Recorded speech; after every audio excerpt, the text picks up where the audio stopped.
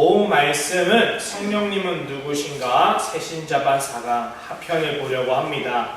우리 성령님은 누구신가에 대해서 지난주에는 이렇게 나눴습니다. 성령님은 삼위일체 하나님 중에 역사하시는 인격자시다 라고 했어요. 자, 복습을 해보겠습니다. 삼위일체 하면은 하나님은 세 분이시죠? 성부 하나님, 성자 하나님, 성령 하나님. 성부는 우리가 흔히 하나님 아버지라고 하고요. 성자는 예수님이라고 하고요. 성령은 그냥 성령님이라죠.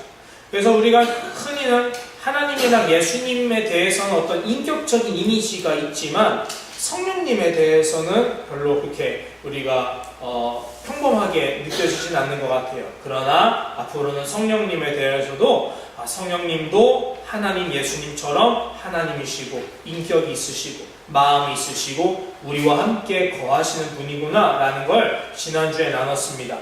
그러면 성령님에 대해서 속성이 몇 가지 있는데 오늘은 그것을 좀 나눠보려고 합니다. 오늘 본문을 읽었지만 성령님에 대해서 오늘 나눌 것은 두 가지 이미지입니다. 첫째, 성령님은 누구다?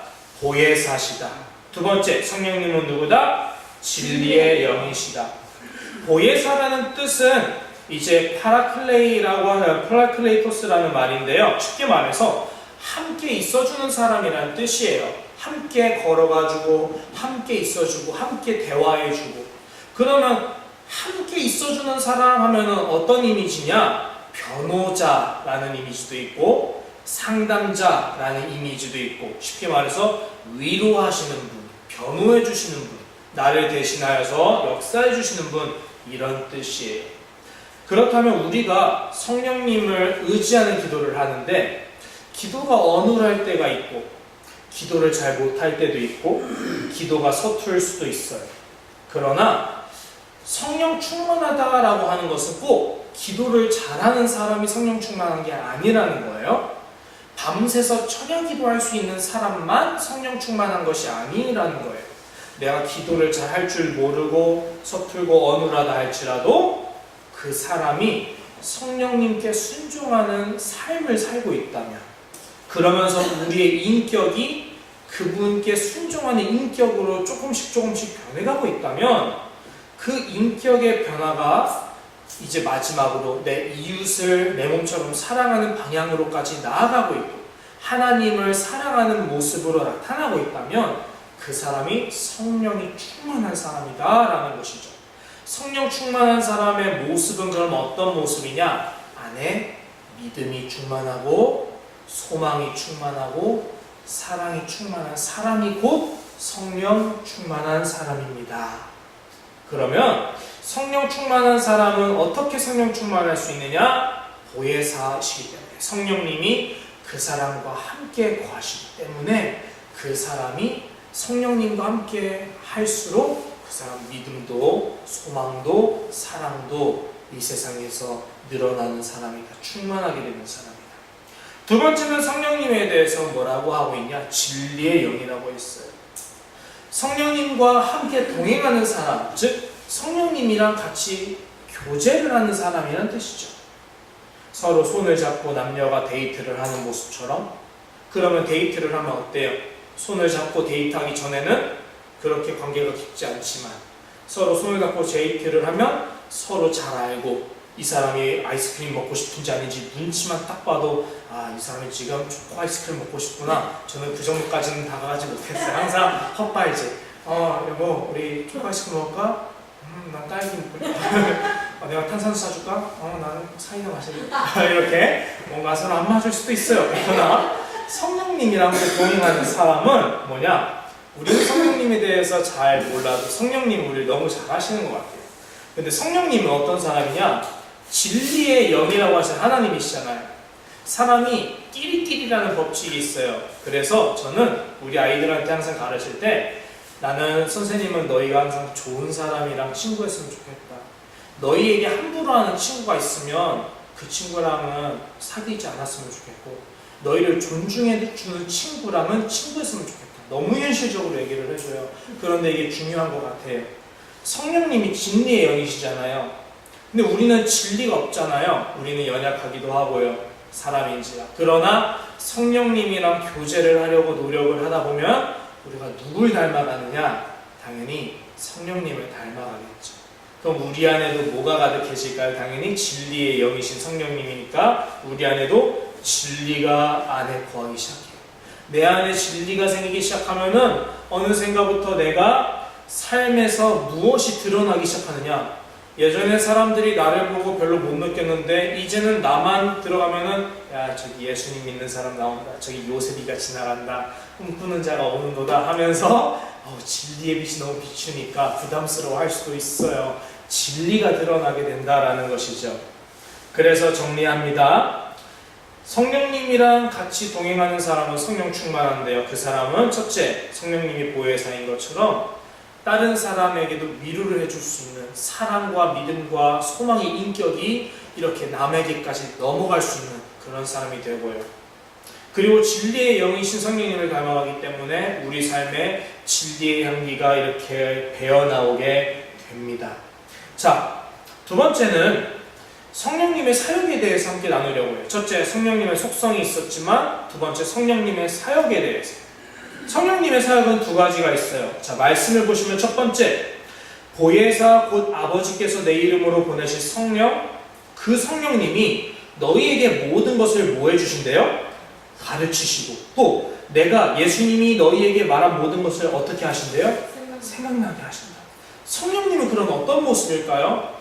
가르쳐주고 생각나게 해주는 사람, 어떤 사람이에요? 세상에서? 선생님이죠. 그리고 가장 좋은 선생님은 어머니, 아버지죠. 엄마, 아빠. 그럼 성령님은 마치 어떤 분이시냐? 엄마, 아빠처럼 내 인생에 어떤 문제가 있을 때 아빠 어떻게 해야 돼? 엄마 어떻게 해야 돼? 묻는 것처럼 성령님께서 우리 인생에 어떤 문제의 답을 찾지 못할 때라든지 성경을 묵상할 때 이 성경의 뜻을 정말 모를 때 우리의 마음의 문을 열어서 하나님의 나를 향한 뜻을 일깨워 주세요. 이때 하나님이 나에게 원하시는 게 뭔지, 내게 가장 소중한 내가 현재 해야 될 것이 무엇인지 필요할 때마다 때때로 생각나게 하시는 분이 성령님의 사역이다. 성령님의 첫 번째 사역, 그러므로 뭐예요?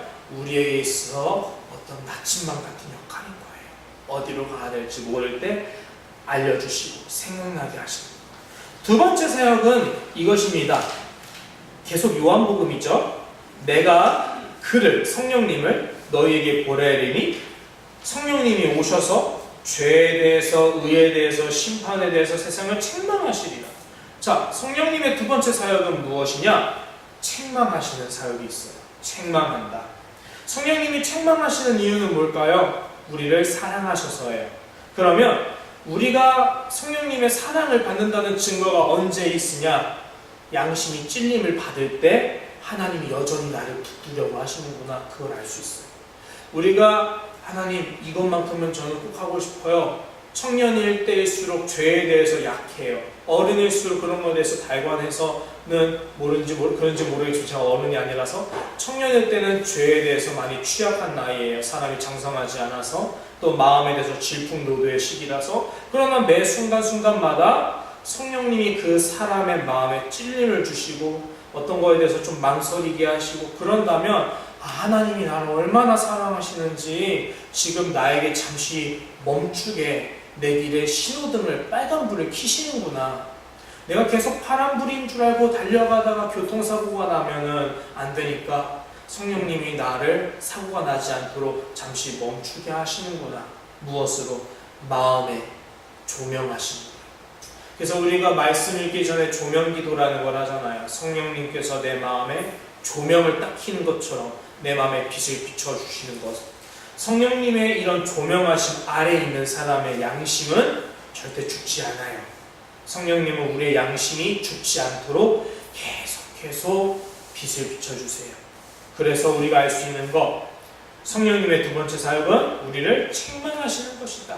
무엇을? 특별히 우리의 마음을, 우리의 양심을 책망하셔서 주님의 길에서 벗어나지 않도록 하시는 겁니다. 자, 그러면 이렇게까지 사역에 대해서 했는데 마지막 세 번째 사역을 나누려고 합니다. 뭐냐면은, 그러하나 진리의 성령이 오시면 그가 너희를 진리 가운데로 인도하시리니 그가 자의로 말하지 않고 오직 듣는 것을 말하시며 장래일을 너에게 알리시리라 라고 말씀하고 있어요. 즉 뭐냐? 우리를 어디 가운데로 인도하신대요? 진리 가운데로 인도하신다. 이게 왜 중요하냐? 오전 예배 말씀이랑 약간 중첩이 돼요. 오전에서도 하나님 우리에게 회개하라 라고 말씀만 하시지 않고 회개할 수 있도록 예하고 아멘하게 하시는 능력의 주님을 보내주시죠. 그분이 예수님이잖아요. 성령님의 사역의 세 번째가 이거라는 거예요. 우리를 진리와 함께 동행하게 하시는 분은 야, 넌 진리를 따라 행해야 돼 하면서 양심만 찌르시는 게 아니에요. 양심만 책망하시는 게 아니에요. 책망을 딱 하고 나서 그걸로만 벗어나면은 아이가 무슨 힘이 있다고 어떻게 그 말씀을 지키겠어요. 그런데 성령님은 그것까지만 하는 게 아니라 우리에게 함께 하셔서 우리를 친히 진리 가운데로 인도하시는 거죠. 마치 무엇과 같느냐? 어머니의 손길과 같아요. 어머니가 아이한테 천천히 먹어라 하면서 애가 천천히 먹게 지켜보고만 있지는 않죠. 직접 숟가락 뺏어가지고 엄마가 해줄게 해가지고 호호 불어주면서 엄마가 생각하는 타이밍에 딱 입에다가 숟가락을 갖다 대주면서 죽을 먹게 하고, 아이는 연약한 순간에 다 어머니에 의해서 이렇게 인도를 받고 조절을 해요. 마찬가지로 본질적으로 죄인이었던 우리가 영적으로 어린아이로부터 장성에 이르기까지에는 성령님의 도우심과 보살핌이 끊임없이 필요해요. 그래서 끊임없이 성령님은 우리에게 진리 가운데로 계속 인도하시는 거예요. 우리가 진리로 잘 먹고 진리의 말씀을 먹으면서 잘 자라날 수 있도록 우리를 손을 잡아서 진리 가운데로 인도해 주시는 거죠. 이렇게 성령님의 사역에 대해서 세 가지도 나눴는데, 그러면 성령님께서 하시는 역사하심에 대해서는 몇 가지를 좀 나누려고 합니다. 자, 따라하겠습니다. 감동하심. 네, 감동하게 하신다는 거예요. 그래서 감동이라고 썼어요. 말씀을 잠시 보면 이렇게 나와 있죠. 함께 읽어보겠습니다. 시작! 사무엘이 기름불 병을 가져다가 그의 형제 중에서 그에게 부었더니 이날 이후로 다윗이 여호와의 영에 크게 감동되니라. 아멘. 다윗이 사무엘에게 기름 부음을 받았을 때 하나님의 영이 그에게 감동되었다 해요. 그런데 감동받은 이후로부터 다윗의 삶이 변화가 있었습니다. 왕이 되기까지에는 숱한 어려움을 겪었어야 했어요. 사울 왕에게 쫓겨다녀야 됐으니까요. 그러나 그것을 잘 이길 수 있었어요. 근데 그렇게 이길 수 있도록 그 다윗을 함께 도와주시고 하나님의 길로 인도해 주시고 지혜를 주신 분이 누구였느냐? 하나님의 영이었다는 거예요. 성령님께서는요, 우리의 마음에 감동을 이렇게 주세요. 우리의 마음에 감동을 주셔서 하나님께서 원하시는 때에 우리가 그렇게 하나님의 뜻대로 행동할 수 있도록 우리의 마음을 부추겨 주세요. 그래서 아무리 사울왕 같은 원수가 나를 겹겹이 쌓여있다 할지라도, 둘러싸있다 할지라도 하나님께서 작정하신 때에 성령님의 역사를 통해 내 마음을 감동하게 하시면 우리는 어떤 어려움이 내 주위에 몰아치는 상황에서도 능히 지혜롭게 대처할 수 있는 힘을 얻게 돼요. 그것이 성령님의 감동하심이에요. 자, 두 번째는요, 말씀이에요. 말씀해 주심. 자, 말씀을 보면 이렇게 돼 있어요. 함께 읽어보겠습니다. 시작! 너희를 넘겨줄 때 어떻게 또는 무엇을 말할까 염려하지 말라. 그때에 너희에게 할 말을 주시리니 말하는 이는 너희가 아니라 너희 속에서 말씀하시는 이 곧 너희 아버지의 성령이시니라. 아멘. 그리고 이 말씀도 볼게요. 그래서 사도행전에 읽어보겠습니다. 시작! 그들이 베드로와 요한이 담대하게 말함을 보고 그들이 본래 학문 없는 범인으로 알았다가 이상히 여기며. 성령님과 함께하는 사람은 어부 출신이라 할지라도 비범한 사람이 돼요. 그 사람의 말 한마디 한마디에 대해서 모든 사람들이 크게 놀랄 만큼 하나님은 귀한 말씀을 그 입술에 주세요. 성령 충만해서 베드로가 설교를 할 때 수천 명의 사람들이 마음의 찔림을 받아 회개하는 역사가 일어나요. 그렇다면 우리는 어떻게 할 수 있을까요? 내 사랑하는 가족들에게 내 한마디 한마디가 권위가 있게 하시는 분이 하나님이세요. 그래서 여러분이 성령 충만한 마음으로 가족들에게 온유한 마음으로 이렇게 올바른 말을 해주고 때로는 위로를 해주고 때로는 상담을 해줄 때 가족이 그 상담에서 진실된 위로를 얻고 방향을 찾게 되고 힘을 얻게 될 수 있는 이유는 여러분을 통해서 하나님이 역사하고자 하시는 말씀을 주시기 때문이에요. 그래서 우리가 가족들을 상담해 주거나 이웃들에 대해서 서로 대화를 나누거나 할 때 먼저 항상 유의해야 될 게 있어요. 하나님, 이 시간에 제 마음에 하나님의 말씀이 나오게 해주세요. 하나님의 말씀, 하나님이 주시는 그 하나님의 음성으로 내가 이 사람들에게 선한 영향력을 미칠 수 있도록 도와주세요. 그렇게 기도하시면서 대화하시면 하나님께서는 정말 여러분의 마음을 감동하게 하실 뿐더러 우리들 마음에 정말 사람의 지혜로는 나올 수 없는 하나님께서 주시는 지혜를 주실 거예요. 그리고 그 지혜는 어떤 심리 치료사나 상담자도 이길 수 없는 힘이 있어요. 나는 심리를 배운 적이 없어요. 저는 상담을 배운 적이 없어요. 그러나 하나님의 말씀이 임한 사람은 배운 사람보다 더한 그런 치료를 할 수 있는 사람이 됩니다. 자, 세 번째는 성령님의 역사 중에 뭐가 있냐? 위로하심이 있죠. 위로하심에 대해서 이렇게 말합니다. 그리하여 온 유대와 갈릴리와 사마리아 교회가 평안하여 든든히 서가고 주를 경외함과 성령의 위로로 진행하여 수가 더 많아지니라. 이게 뭔 말이냐? 바울이죠. 바울의 또 다른 이름은 사울인데 사울이 기독교인들, 예수님을 믿는 사람을 다 이렇게 색출해내가지고 잡아 죽이려고 하는 그 순간에 교회 사람들이 막 도망가게 됐어요.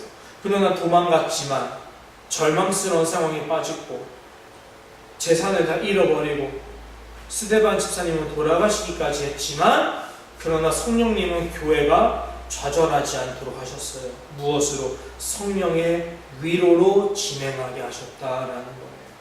성령의 위로하심은 무엇과 같느냐? 빈말이 아닌 진실된 위로와 같아요.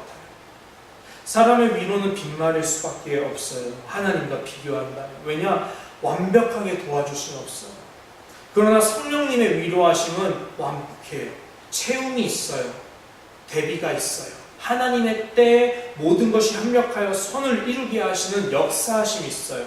성령님은 회개하라 말만 하고 가만히 두시는 분이 아니고 성령님은 너가 평안했으면 한다 말만 하고 가만히 내버려 두시는 분 또한 아니에요. 성령님은 그 사람이 위로가 필요할 때 말씀과 함께 실질적인 마음의 평안을 주시고 또한 실질적인 하나님의 뜻과 섭리를 이렇게 운행하기 시작하세요.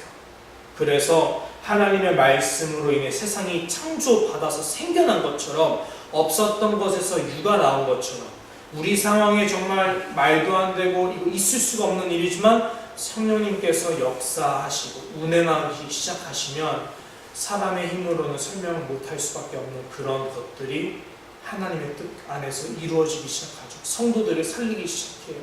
우리가 어려운 가운데서 우리를 구원하기 시작하세요. 자, 성령님의 또 다른 역사는 사랑이 있어요. 이렇게 말씀합니다. 함께 읽어볼까요? 시작. 소망이 우리를 부끄럽게 하지 아니함은 우리에게 주신 성령으로 말미암아 하나님의 사랑이 우리 마음에 부음바 되는 하나님의 사랑이 우리 안에 부음바 되는 것은 누구로 말미암는 거냐? 성령님을 말미암는 것이다 라고 말씀을 하고 있어요. 사랑만일까요? 성령님이 주시는 것? 소망도 있겠죠. 그래서 소망도 있어요. 말씀을 읽어보겠습니다. 시작. 소망의 하나님이 모든 기쁨과 평강을 믿음 안에서 너에게 충만하게 하사 성령의 능력으로 소망이 넘치게 하시기를 원하노라. 소망의 하나님이 성령으로 말미암아 소망을 심어주신다. 그래서 성경에서는 내가 사망의 음침한 골짜기를 다닌다 할지라도 내가 해를 두려워하지 아니할 것은 주께서 나와 함께 하심이라 라고 말씀을 해요. 어떻게 이런 소망이 넘치는 시를 쓸 수 있을까요? 하나님의 영이 다윗에게 임했기 때문이죠. 성령님께서 내 마음에 임하시면 성령님으로 말미암아 우리 마음에 소망이 흘러넘치게 돼요. 설령 그곳이 사망의 음침한 골짜기라 할지라도요. 또한 성령님의 역사 가운데 거룩하게 하시는 것이 있어요.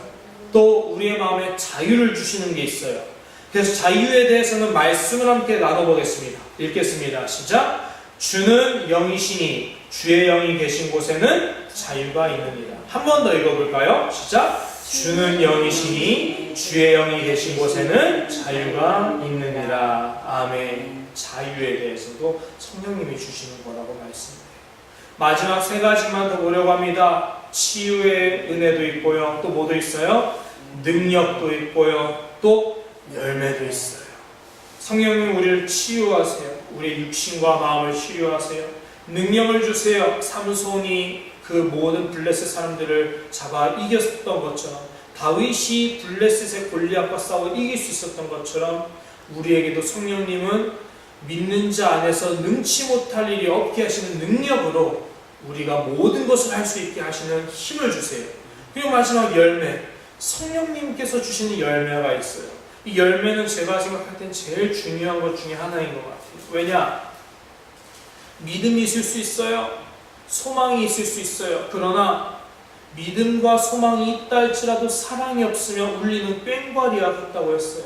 사랑의 열매는 곧 성령의 열매죠. 성령의 열매에 대해서 성경은 강조해요. 우리가 하나님을 믿어도 성령님으로 충만한 삶을 살지 못하면 믿긴 믿지만 열매를 맺지 못하는 믿음을 가질 수 있을 거예요. 우리가 어떻게 열매를 맺을 수 있을까요? 열매를 맺게 하시는 성령님의 열매를 맺게 하시는 분과 성령님과 깊이 있을 때 우리의 인격은 성령님을 닮아가면서 성령의 열매를 맺게 되는 거죠. 사랑하게 되고 온유하게 되고 화평을 따르게 되고. 자, 그러면 마지막 묻겠습니다. 나는 성령을 받았습니까? 나는 성령의 인도를 받고 있습니까? 성령을 받았다라는 것은 예수님을 나의 구주로 영접한 사람은 성령님께서 계셨기 때문에 예수님을 구주로 영접할 수 있습니다. 따로 성령 세례를 막 예수님 믿었는데도 불구하고 다시 성령을 받아야 한다, 이게 아니에요. 성령은 예수 믿기 전에 하나님의 택한 자의 마음에 하나님의 영을 먼저 주세요. 그런 문제는 뭐냐? 내가 정말 성령을 받은 신자라고 한다면 나는 성령의 말씀에 순종하고 있는가가 중요한 거죠. 성령님의 인도를 받고 있는가. 이를 위해서 6가지에 대해서 나누려고 해요. 첫째, 따라하겠습니다. 매일 기도합니다. 두 번째, 매일 말씀을 읽습니다. 세 번째, 죄를 즉시 회개합니다. 네 번째, 성령님을 근심케 하지 않습니다. 다섯 번째, 성령님의 인도를 따라해서 성령님의 인도를 따라 전도합니다. 마지막 6번째, 성령의 열매를 맺습니다. 제가 빨리 해서 한 번만 더 읽어드릴게요. 들어보세요. 매일 기도해야 된다. 매일 말씀을 읽습니다. 즉시 회개합니다. 성령님을 근심케 하지 않습니다. 성령님과 함께 전도합니다. 성령의 열매를 맺습니다.